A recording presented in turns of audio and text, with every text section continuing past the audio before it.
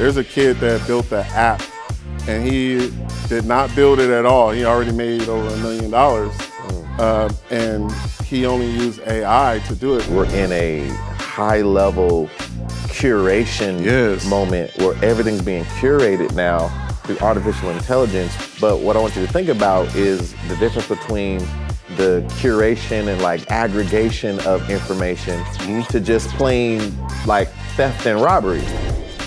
We're all at that crux of where now the technology is being implemented in workplaces, but it's going to be used even just for personal use.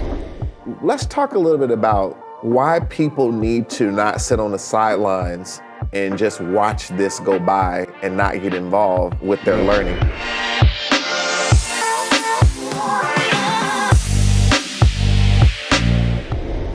Well, have you ever thought about the whole rise of artificial intelligence? And we're all surrounded by it. There's nothing we can do to stop it, but what does it really mean to how work is done?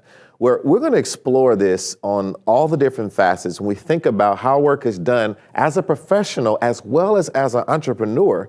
And if you're a business owner, whether you have a large company or a small to medium-sized company, this is something we cannot ignore, nor the game has really changed. And so I have with me a great friend and one of our executive leaders in my company. And as you all know, I'm currently overseeing about 9 companies now.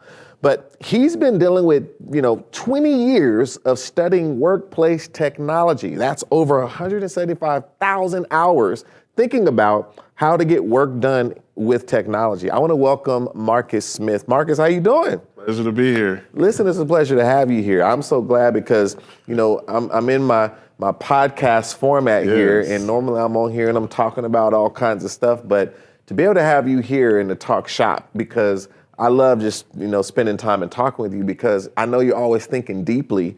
And so, first of all, let me just ask you, how do you feel to still, after all these years, to be thinking about how to get things done in the workplace with technology?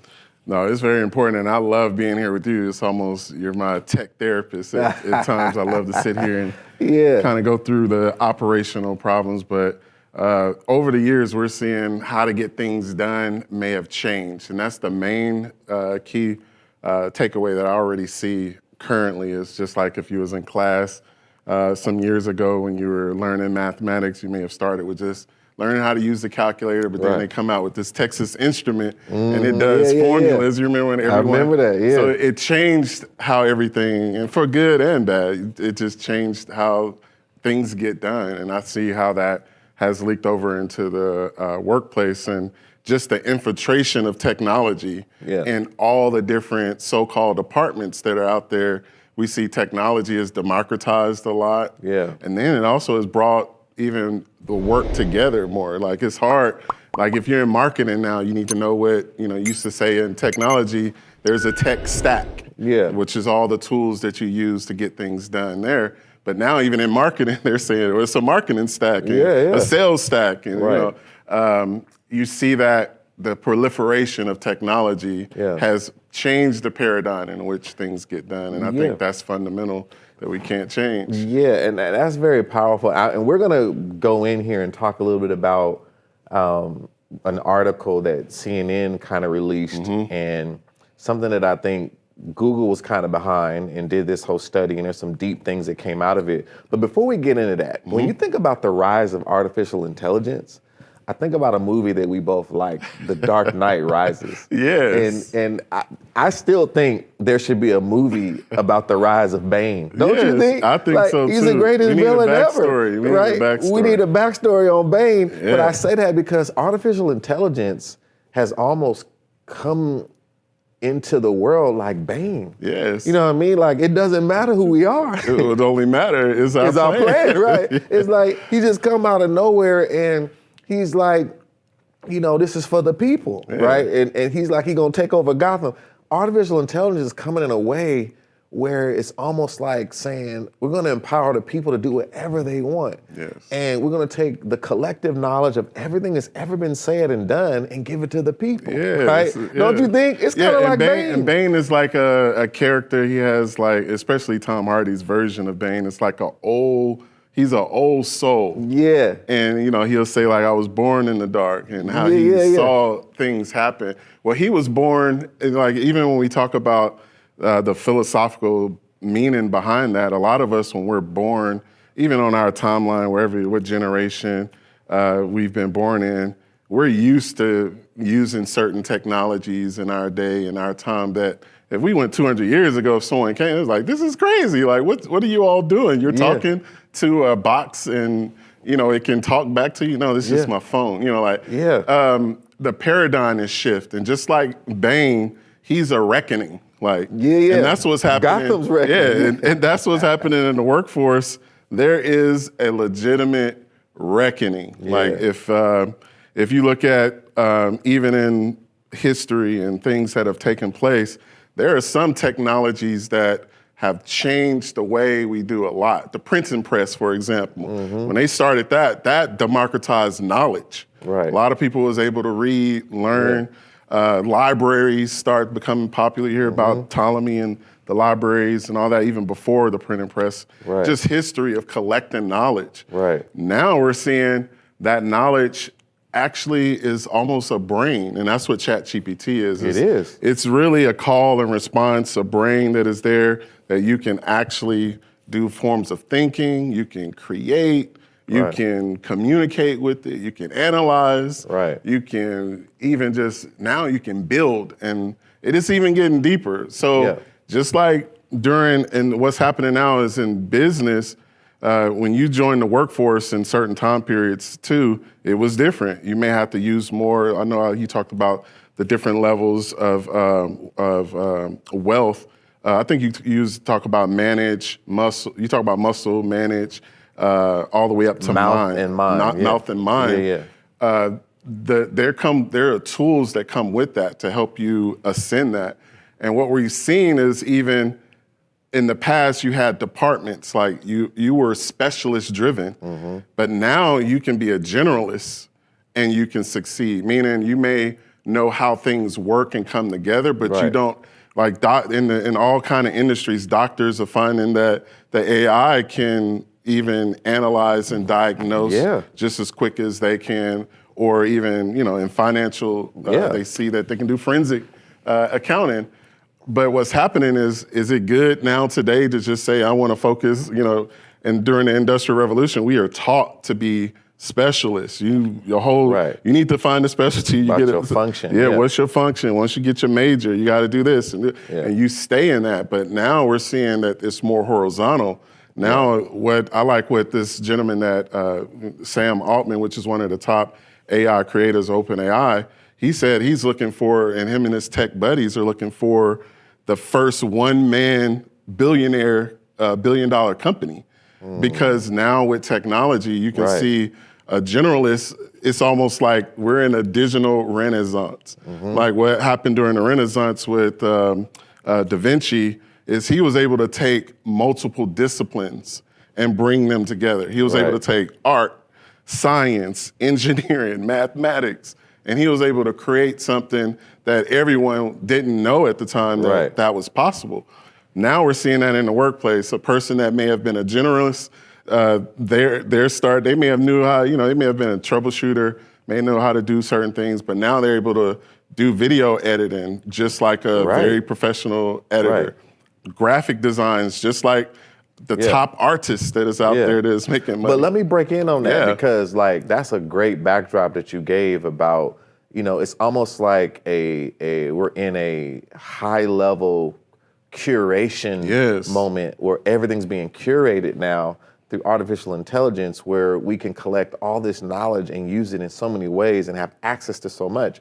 But what I want you to think about is the difference between the curation and like aggregation of information to just plain like theft and robbery. Now, if you don't understand about the difference between theft and robbery, a thief is someone who took something from you and you didn't know it. Right. They did it covertly, right? I think Jesus even said all that came before him was a thief and a robber. He called out the thief and a robber. A robber is someone that don't care if you see it and is going to apply force to you and take it from you. Yes. And in some instances, there are people who feel that, and we got to get to this article. I'm about to get to the article, everybody. We're going to get in this. But there's some people that feel that there's both theft and robbery going on because AI is literally going and searching anything on the internet and bringing it, serving it up to people that might have been someone's original work or someone's original design. So there's designers out there that say, hey, I put something out there, my original design, and AI is taking pieces of that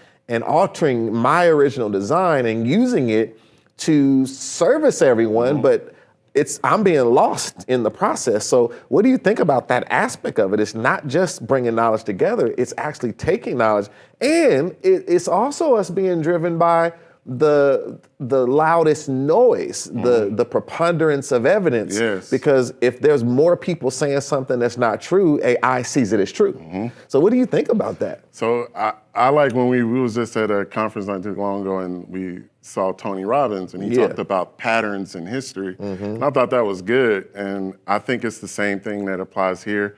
Every technological advancement, has a good application, but it also creates, especially in technology, a bad one. And we've seen in the last 100 years that the laws have been behind the technology. It's like it's a lagging indicator that's out there that you can see that, there's a lot that can happen. It's like the Wild Wild West, so to speak. But that's the problem that we're seeing is, again, it's nothing new. It's the same thing, but that's a problem that is good to look at to be able to solve as well. It's another idea, another business. Just like we have new technology, there's new security companies that come out of that. Right. But I think now, and this is why a lot of these big companies are really, they're forced, they're pushed into this because of the technology itself is such a game changer. I think I like what Mark Zuckerberg said recently in an article. He said a guy named Peter Thiel told him, and the way things are changing so much in the world now, it's more of a risk not to do it, not to go in and try to take advantage of this versus to sit back and be complacent. Because it's so different. I wish I can explain, but it's kind of like we're all at that crux of where now the technology is being implemented in workplaces, but it's going to be used even just for personal use. Like everyone should have, it's just like iRobot too. The commercial things always be given to the consumer. Eventually you'll see whether it's any type, the computer was like that. At first you had to go to a company, they used the computer. Now and the government had it first. Yeah, and the government had it first. And it's the same thing now. The government, everyone that's out there, these big tech companies, they have it. And that's why they haven't, they're strategic when they launch, when DeepSeek is going to come out. DeepSeek been out there. But they're not, they know that it has to be protected and it has to be some guardrails. But the way that it's being built, when it gets into going from AI to agentic AI is where it's going to become a problem in the workforce. That's where now explain it can the difference take between my those. job. Explain so you had generative AI and agentic AI. Yeah, you had AI is not anything new, but recently you had generative AI that was, that's probably the golden standard that you hear out there. And you interact with a brain, that's all it is. And it's called it's driven by prompts. Yes, it's a large language model that is driven by prompts. The large language model is the brain. The prompt is like the conscious, the guardrail. And what's happening is now when you go to ChatGPT, you can put things in, you can talk to it. It just gives you a call and response. But now that's being wrapped in this brain. Now you can take this brain, give it a conscious, but also you can give it an interface, meaning I can just talk to it or I can have it talk to another software, which is through APIs. Then there's this another technology called MCP. That is what's going to cause agents to talk to other agents. So I can have a personal assistant. Every executive I'm seeing now especially if you're an executive assistant, will probably have an AI assistant with you.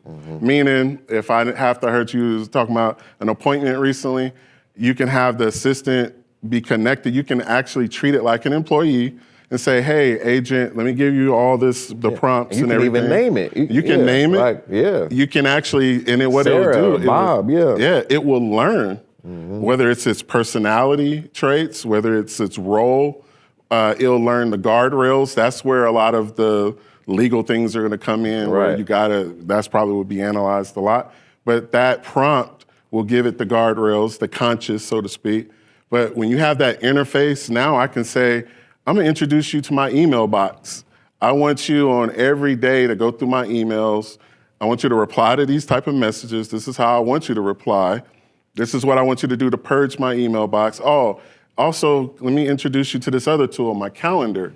Anytime there's an appointment, anybody need, let me give you another tool, my phone, my SMS, my text. So that's where you, of course, can see now agents have like a lot more capability to actually do things that are outside of just, that little software that they're built in. Yeah. Now those of you out there that are watching this, I want you to keep in mind, like, this whole conversation about agents, and I'm gonna refer to this CNN article and we're gonna come back to where we're at right now in this conversation, but I want y'all to keep this in mind, that now we're not just talking about artificial intelligence using ChatGPT to do a little research. You're talking about now actually creating virtual people, in a sense, that you would refer to as an agent, that I need a copywriter, I need an assistant, I need someone who is going to write my blogs, someone who's going to do my research and do a report for me, whatever it is. Yes. So this is like a whole new frontier of taking common jobs that are in the workplace, creating an agent, training that agent, and allowing that agent to actually act as a real worker with a name, and it can even give it a picture if you want and make it feel real. Like, and they would be thinking according to the logic you fed it with. And I love what you're saying about conscious and guardrails, is you can put rules in. You remember that movie was really before its time about iRobot, wasn't it called, where there was laws like to not go against a human, three principal laws. And we're kind of getting into that space of like, what are the laws with this, right? Because like, how far does this go? Because you can start trying to trick AI to do things for evil at the same time. Yeah, even in the workplace, you're having now, they call it like this hidden superpower that these employees are starting to develop. And that's where the article is really getting into, is really, there's a level of fear with this that's happening because it is such a paradigm shift. Like, it's a competitive advantage. Like, an employee can now have a whole army of workers, and he or she can work and do certain tasks. And of course you have to have it takes time to get there, but you're seeing now, even in certain industries like SAG-AFTRA, which is the writers for all of the movies a few years ago, I didn't understand it at first about, writing scripts and how all of these writers are starting to come up with these beautiful scripts, quicker, faster, a lot more in depth. And it just changed. And even in the art industry, you have a lot of musicians now, their voice have been captured, and now this software can actually make a song using your voice and all that. So it can appropriate almost like your skill and then, benefit someone else. And that's what is like a high level of fear. But now, I think over a few years, now that more people are going to ChatGPT, playing around with it, it's becoming a thing now, like, hey, can I use this in the office space? But now it's boiling down to what skills, like, now that you know where you are, that this is a paradigm shift, what skills do you even need to even survive, to even adopt? Because it almost is like you can be a dinosaur, literally. The asteroid has just hit, and now it's starting to spread. What can you do to even survive? And they're saying now, by 2030, 50% of the office administrative tasks could be done by AI agent. And that's what made agentic AI so much better, is because it actually can think in systems and procedures. That's one. That means you can say, how do you, like, instead of saying, like, you can say, write me or build me an app. It will literally say, okay, these are the steps to build that, or write me an essay. These are the steps to write this type of essay. Right. And then it can even rearrange those steps and make it according, like a little bit different according to your prompts, of course. But the thing is it's like, who's really doing the work? And that's what a lot of the employers are wondering. Yeah, who am I paying? And then, and then the employees are like, okay, some of them are taking advantage, and then some are being like, they're complaining about this. I've learned my own creativity, and someone is taking it. It's almost like stolen creativity, and it's a new paradigm. It is, and that's what I'm a little concerned about, even personally. I like Dan Martell has said, for entrepreneurs, you need to focus on buying back your time. I like how, and he focused on AI agents. There's a great video on YouTube about that. Yeah. But the other side is, another stat is 80% of the workforce is going to struggle through payment suppression. Like, it's not negotiation. This is going to be a part of your negotiating in payment. Companies may not want to pay you as much because they know that they can either outsource you to AI completely, or they know that you really got an AI bot doing the work for you. Exactly, and let's read this article just a little bit from it. So I'll pull this up here on my phone a little bit. So this is actually dealing with so the article says workers could save 122 hours a year by using AI in admin tasks, and this is a research done by Google, which has their own AI. So there's an interest in this article and getting people to understand this, but it was a pilot program that they did, and they determined that Britain could gain equivalent to 533 billion from artificial intelligence-driven economic growth if it trained its workforce to use AI. So after the pilot program in the country, it showed that workers could save more than 120 hours a year, and it went on to talk about simple steps such as giving workers permission to use AI and a few hours of training just to get them started could really help double the adoption of the new technology, in turn boosting economic growth. And it went on to talk about also just the Gemini AI chatbot that Google is behind, that I guess that's what they use as a partner in the program. But they talked about how 2/3 of the workers, particularly older women from lower socioeconomic backgrounds, had never even used generative AI at work.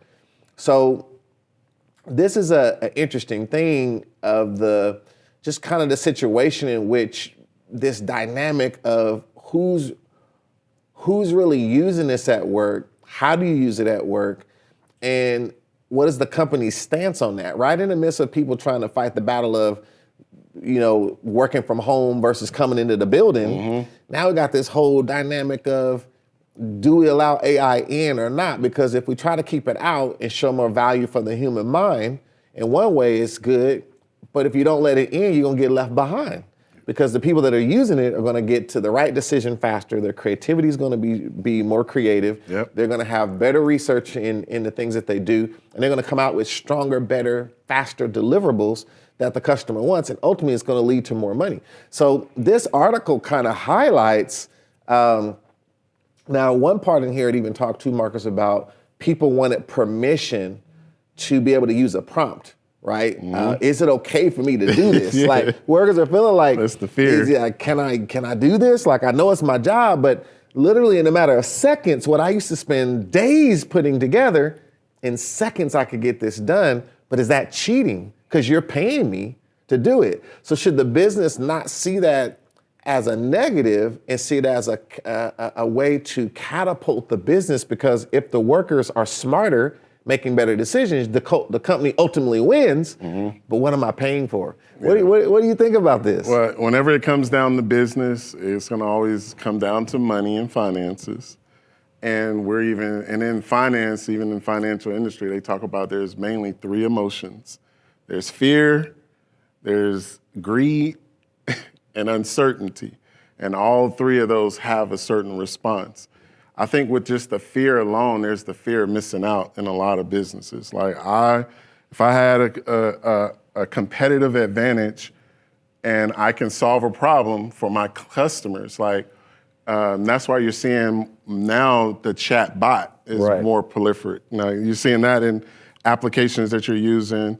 It may be a service, it may be whatever you use, it may be, I don't know, an editor or whatever, and you may see this little icon that's represented by the AI, and if you click on it, it'll write for you. Well, that's already a competitive advantage, just having that, your employees having that. Right. But now it's gonna be a little bit different. Now it's gonna get more into how can I really build something that can be consumed by my customers, that it will do it will, imagine, and it's hard to talk about this because it's like, it sounds like I'm getting into iRobot type things, but imagine you have a personal home AI assistant that can help you with your bills. Like not only can it do like the actual payment parts of it, because anything that is connected, you can give it credentials, anything through an API. Yeah.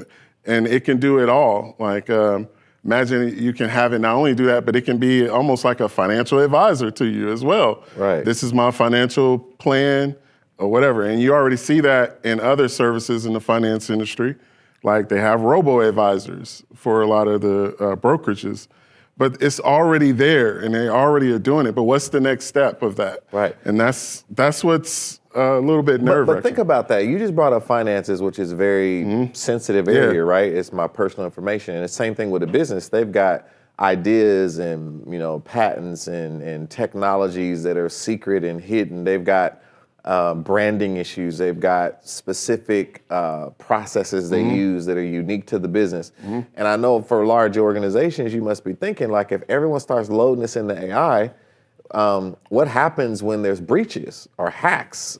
We see hacks happen with some of the best companies in the world that say, like, we're unhackable, and then they get hacked. Yeah. Even the companies to try to keep all your stuff private, they get hacked, right? So we've seen that. So what happens when AI starts getting hacked and it's become so smart with information, or if a person can tap into questions that AI knows because this company who is your competitor is using the software, and then I start asking AI questions, where are the rules and the laws? Like, who's setting the laws of what AI can be telling someone in the quietness of their home on a computer that you don't even know, who is a competitor, and AI knows what everyone at your company has been prompting it about.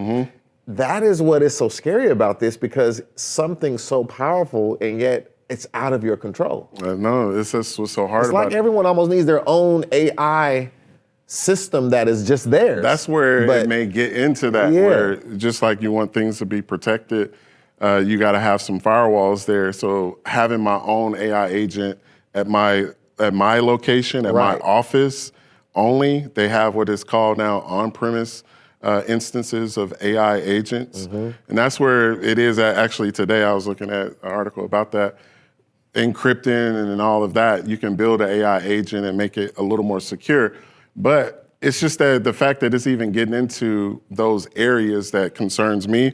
I was at my doctor, and some of you all may notice, and again, it's already there. That's one of my main point of saying. And these companies, they're going to push it in these certain areas, finance and medical and healthcare. My doctor was talking with me, and he was going through the diagnosis phase, just answering questions. And he was like, "Hey, you mind if I turn on this little?" He didn't want to tell me it was an AI agent. He's like, "Let's just use a little AI." But he didn't know I knew about it. So I was like, "Oh yeah, you're doing this." He was like, "Oh, you know about this?" I was like, "Yeah, you're getting it. You're training it." Yeah, and the last time I went and got a physical, the same thing happened to me. That the doctor said, just for your knowledge, we have I guess they think they said AI, that will like take notes, and all this, and it just helps me with my final report later. I look at everything before it's officially submitted, just so you know, but it just helps me to make sure we capture everything. I'm like, this is crazy. Like, you can't run from it because it creates so much efficiency in the work, but yet the efficiency has a price. there's just our privacy and all these things. Now, let me ask you this though.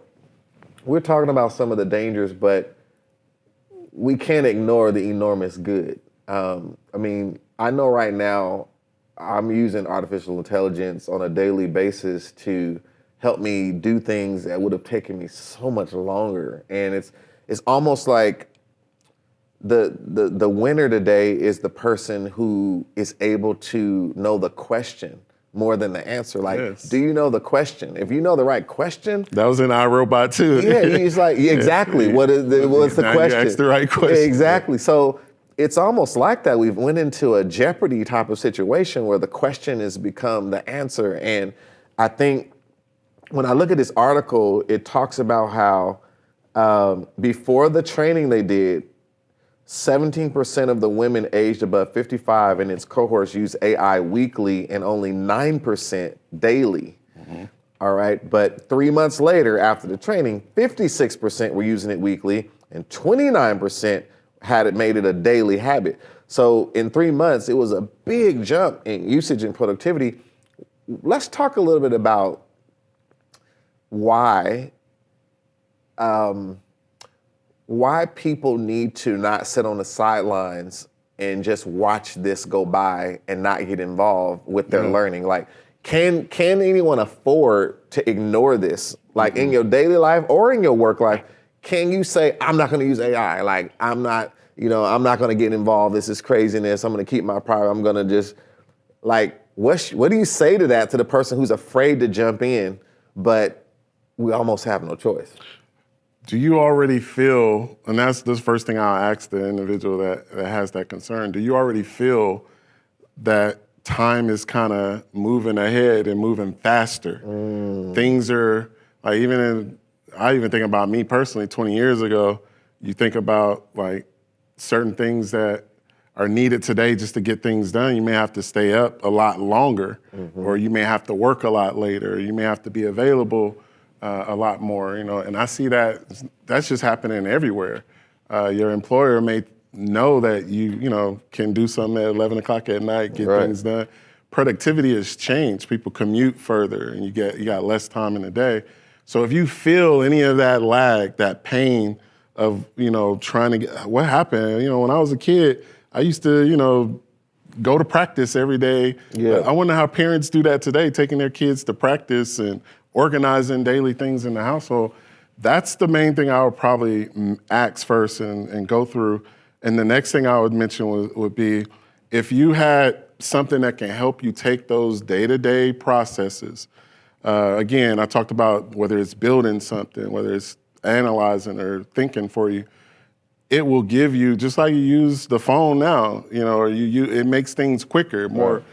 This technology is going to allow it to be almost where, again, you have an interface of a person, like almost like another individual, an actual assistant that can do things for you.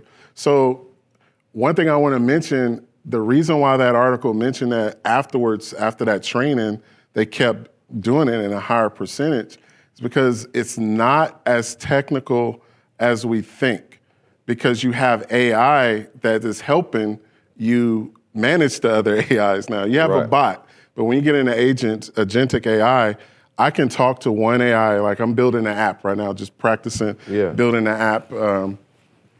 I don't know the specific language, but I'll tell the AI to save me some time. I can tell the AI, hey, I don't know this language. Give it to me in plain text so I understand it. And I can do it reverse. I can give it to it in plain text and have the AI bot to translate it into the computer language. So it's the same thing, it just saves some time. But for me as an individual, a professional, I can, again, have my calendar organized a lot better. I can even create, if I'm an editor, like there's some things that you can add AI to what you're currently doing. It doesn't have to do all of it, but think of yourself as, an operation that has buckets of work. And what if you had to hire an employee, even if it's just, it's only gonna work for you, nobody else will know about it. Get you something that is going to give you that competitive edge to help you save your time. Then also with work and tasks that are repetitive, get the AI bot to start doing that for you.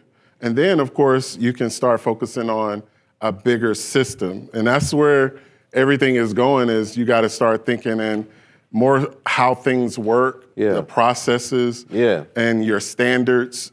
That is going to become more important than the AI. But if you know those things, you can just, and now AI, you don't have to do a lot of programming to get it, because the language models are already built. You don't have to, years ago you had to build that in order to do it. But now you got OpenAI, you got DeepSeek, you got Anthropic, you got Claude, which is the same as Anthropic. You got all these tools. Yeah. I mean, all these brains, so to speak, or these large language models. You can use that, and then you can start building around it and start doing it. Well, that is a really good summary, and I hope that, everyone that'll see this, that one thing I always tell people about being the CEO of their life, really being the decision maker, whether you're a professional or entrepreneur, you have to be the CEO of your life. And one of the things that is one of the most powerful CEO things is skill development, because when you get a skill, then no one can take that from you. It's something it's something you can bring with you. And if anyone's out there in the workforce, they know that gone are the days of being somewhere 50 years and never leaving and getting a gold watch at the end. It's like, you have to make sure your skills are sharp, because the companies aren't loyal. Like, they're loyal to the bottom line. And if you don't make sure that you're developing your skills and that you know what's going on today, you're going to be less marketable. So someone who knows how to use artificial intelligence is actually a security for them to be able to know how to use these things and to get on the learning curve. Like, don't be afraid to learn. And then for the business owner or the companies, they have to embrace this, because if they don't, their competitors are going to beat them, right? So one of the things that I want to close with is, my background, Marcus, with working at Toyota, going to Japan, becoming a lean management expert, and dealing a lot in process and systems. And as companies are grappling with, what do they do with all of this? It seems like, as you were just touching on, that what this is going to come down to now is, number one, do you know what you want to do? Like, what direction are you trying to go? I often say, what's the most important thing in a car? It's not the engine, the brakes, the gas, it's the driver with an address. Yes. Because if you don't have an address, people say, well, it's the driver. No, even that's not good. If you don't have an address, the whole car is irrelevant. So you got to know where you're trying to go. And then once I begin to get clear on where I'm trying to go, if when it comes to a lot of this stuff, it's like, who can really begin to design the processes and standards and systems that are the most critical to your business success? Because if I do that, then I can plug all these tools in and say, I want you to do this system faster for me. I want you to do this process for me. I want you to make sure that everything is done up to this standard. So whoever, it's like, systems are going to win again, right? Yes. Processes are going to win again. Like, when all this first came out in the automotive industry and manufacturing, the systems rose to the top of who was going to be able to make the most cars with most variety at the cheapest price and still give quality. But here we are again, like you said, a renaissance, a new change, a whole new dynamic. We're at like the threshold of like when the internet came out, right? Yes. It's kind of one of those moments. But in the end, processes are going to win. Who can think of their business and processes and systems and standards to feed the frameworks into this technology, so the technology is working for us instead of us for the technology? So based on that, what's some of your final words to what both companies and the people who work in them should be thinking about now? So for the companies and those that work in them, the one thing that we've all seen, I know when we first get into the workforce when we were in college, is there was a lot of monolithic applications, like big, like Microsoft, you have to use Windows or Microsoft Office for all to get everything done. And if you notice over the years, those have been decoupled, and now you got all of these 20 different logins to get things done. Yes. So you're seeing that now, and you're starting to say, okay, it's a lot more complex. I would say that the people who are working in those companies, don't fear. What's happening now is you just have to know the skills that are needed in order to put those pieces together. We're at that stage now, it's kind of everything, all the pieces are on the floor. You need someone to know, okay, how to put the pieces together. And those are the ones who are going to be very successful as employees. Those that, again, you have to be a little more generalist. Like if you can't just be like, in marketing, I'm only focusing on marketing. I'm not going to focus on the sales part or the IT. All of that is, you got to think more of like, what is the overall process, the input. And what's so great about this is you're hearing in your work, in different work and in different workforces, the word work, it's called workflow. Everything, and they're starting to say, okay, let's map things out. Let's put it in a workflow or a mind map. And now that has become, as we've been seeing the technology, that is something that I'm seeing in almost every software. Is there's some type of automation workflow thing. That is what's rising to the top. And that's what's going to give, if an employee sees that and says, okay, let me stop thinking about individual tasks, but let me think about the input, how things are processed. And even though I love being here over the years, that's like the extra treat. Is not only I see the technology, but I see everything coming back to your history and your story of processes. I've seen where I've had things that are just so complex. You come in and you'll put a process together, you're using what you know to make it a lot more simpler. Identifying waste, it's like people who are building workflows now.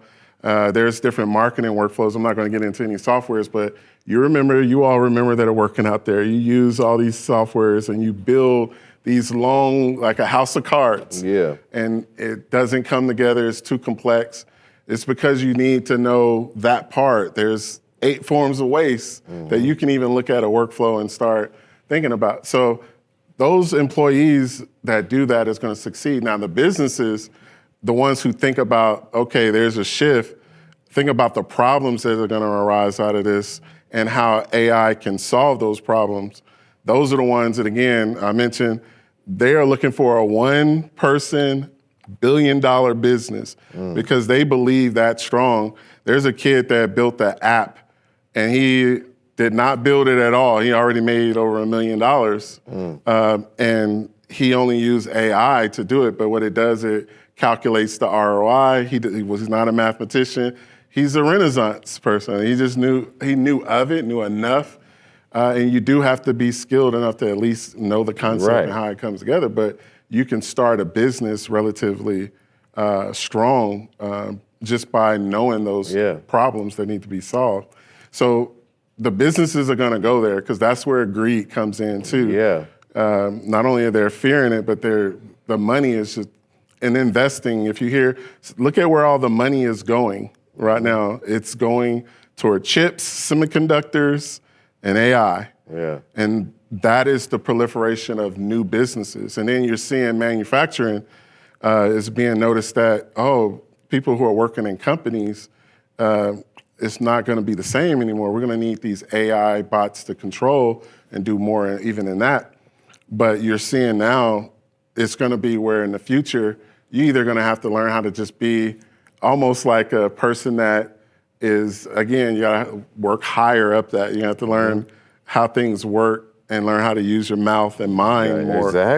Versus somebody, because it's going to be all automated. So I want to see how that plays out. And I'm a little nervous about that because it's kind of like, what do people do? Like, what are your normal jobs are going to be like in the near future? And I think, I really appreciate kind of how you laid that out. And the reality is we get to get a front row seat to see how this is going to all pan out. And in the meantime, we're still, taking our companies to the next level. We're already in the game and fighting. And I think that's one battle of entrepreneurship in dealing with, like, not the large Fortune 100 companies, Fortune 500 is you're a little bit more nimble. You're closer to the technology. You're adjusting quicker. You're kind of in the mix. You don't have to turn this big old ship. We're kind of like speedboats that can adjust.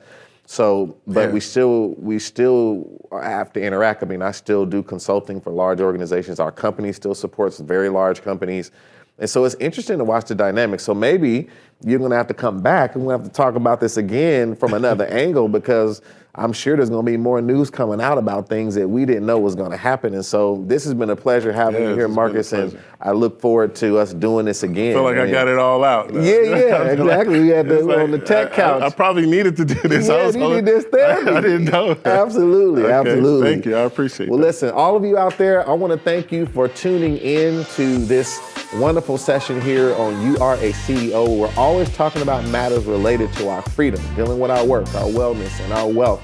We're always trying to understand, how can we pursue the ultimate freedom by taking the things that are in our life, impacting our worth and wealth, I should say, and making sure that we have the knowledge and wisdom that we need to make the absolute best decisions as the CEO of our life to take one step closer to the ultimate freedom. I hope you enjoyed this talk today. Until next time, we'll see you soon.